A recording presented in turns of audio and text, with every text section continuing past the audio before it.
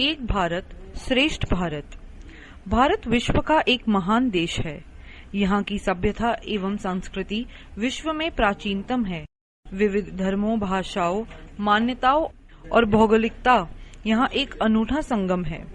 विविधताओं में एकता भारत की विशेषता है। कई पर्वतीय राज्यों में तापमान 0 से कई डिग्री नीचे चला जाता है, तो मरुस्थलीय राज्य राजस्थान में अधिक गर्मी पड़ती है और रेत की आंधी चलती है।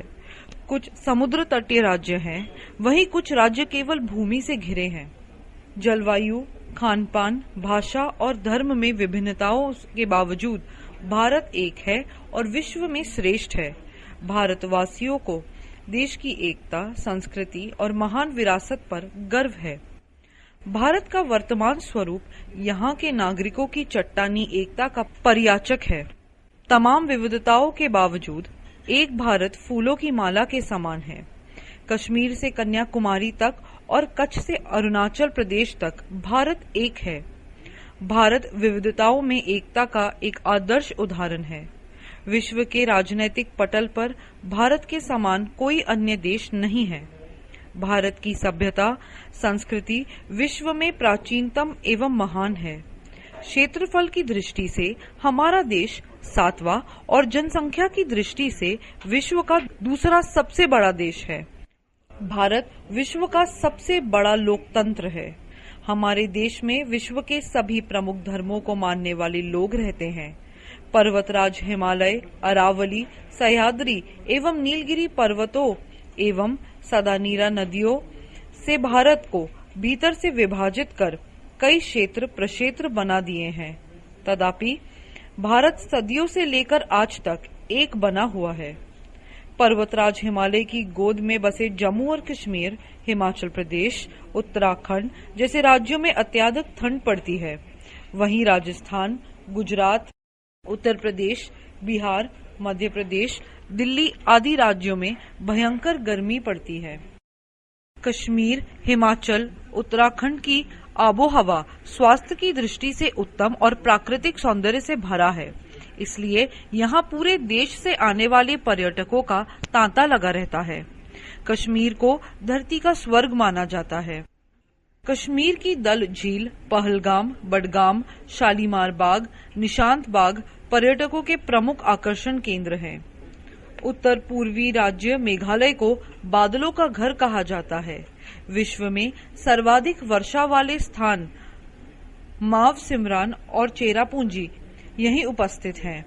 असम को कुछ लोग दुर्गम ऊंचे पर्वतों, भयंकर भूकंपों और भयानक बाढ़ का प्रदेश समझते हैं। भौगोलिक दृष्टि से यह प्रदेश सचमुच ऊंचा नीचा अर्थात असम है। सिक्किम में वन संपदा प्रचुर मात्रा में है। यहाँ जैव विविधताओं से भरपूर क्षेत्र है। सिक्किम भारत का पहला ऑर्गेनिक यानी जैविक राज्य है। दक्षिणी राज्य समुद्र तट पर स्थित है। केरल, तमिलनाडु, आंध्र प्रदेश की जलवायु श्रीलंका, सिंगापुर, इंडोनेशिया और मलेशिया से मिलती जुलती है। वहीं बर्फीले प्रदेश यूरोप की जलवायु से मिलते जुलते हैं। अपने राजस्थान की जलवायु मरुस्थलीय देशों से मिलती है। जलवायु वैभिन्नता का असर खान-पान, रहन सहन, आचार विचार, शारीरिक रंग रूप आदि आकार प्रकार पर भी पड़ता है। पर्वतीय एवं मरुस्थलीय क्षेत्र में रहने वाले लोगों को अधिक परिश्रम करना पड़ता है। फलतः वे साहसी और निडर होते हैं। मराठों एवं राजपूतों की वीरता का साक्षी हमारा इतिहास भी है। शिवाजी एवं मेवाड़ के महाराणा प्रताप ने अपने सीमित संसाधनों के द्वारा ही विदेशी मुगलों को नाको चने चबवा दिए थे। जलवायु का प्रभाव पोशाक पर भी पड़ता है। पर्वतीय भागों में अधिक ठंड पड़ने के कारण यहाँ के निवासी ऊनी वस्त्रों का प्रयोग करते हैं। समुद्र तटीय लोगों को ऊनी वस्त्रों की आवश्यकता ही नहीं पड़ती। उसी प्रकार खान पान में भी पर्याप्त भिन्नता है। समुद्र तटीय क्षेत्रों के निवासियों का प्रिय भोजन मछली चावल है। वहीं उत्तर भारत के लोग दाल रोटी और सब्जी बड़े चाव के साथ खाते हैं। यहाँ तो विविधताओं की बात हुई। अब हम एक दृष्टि विविधताओं के पीछे छुपी भारत की एकता पर डालते हैं। दक्षिण भारत का प्रसिद्ध भोजन डोसा, इडली, उत्तपम, बड़ा आज पूरे देश में बनाया और खाया जाता है। महाराष्ट्र का श्रीखंड, पोहा और गुजरात का ढोकला और भाकरा पूरे देश के लोग चाव के साथ खाते हैं। राजस्थान का दाल बाटी चूरमा, प्याज कचौड़ी, गट्टे की सब्जी पूरे देश के लोग पसंद करते हैं। इसी प्रकार उत्तर भारतीय व्यंजन तंदूर की रोटी, नान, सब्जी, दाल, लिट्टी चोखा दक्षिण और पश्चिम भारत के लोग चाव से खाते हैं। दक्षिण भारतीय नृत्य भरतनाट्यम तमिलनाडु और कुचिपुड़ी आंध्र प्रदेश के अलावा पूरे देश में पसंद की जाती है। वहीं उत्तरी भारतीय नृत्य कथक का कद्रदान पूरे देश में है।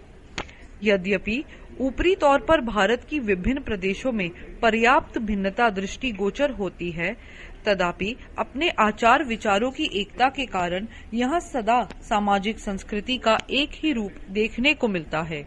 यही कारण है कि तमाम विविधताओं के बावजूद भारत प्राचीन काल से सांस्कृतिक, भौगोलिक और राजनीतिक इकाई के रूप में विश्व का मार्गदर्शन करता आया है। इसीलिए भारत में अनेकता में एकता का दिग्गत साक्षी है। भारतीय संस्कृति एवं अध्यात्म का अनेकता को एक बनाने में महत्वपूर्ण योगदान रहा है। संस्कृत भारत के अधिकांश भाषाओं की जननी है, इसलिए भारतीय भाषाओं पर इसका स्पष्ट प्रभाव दिखाई देता है। हिंदी, मराठी, नेपाली, कोंकणी, बोडो आदि भाषाओं की लिपि देवनागरी है, जो संस्कृत की भी लिपि है।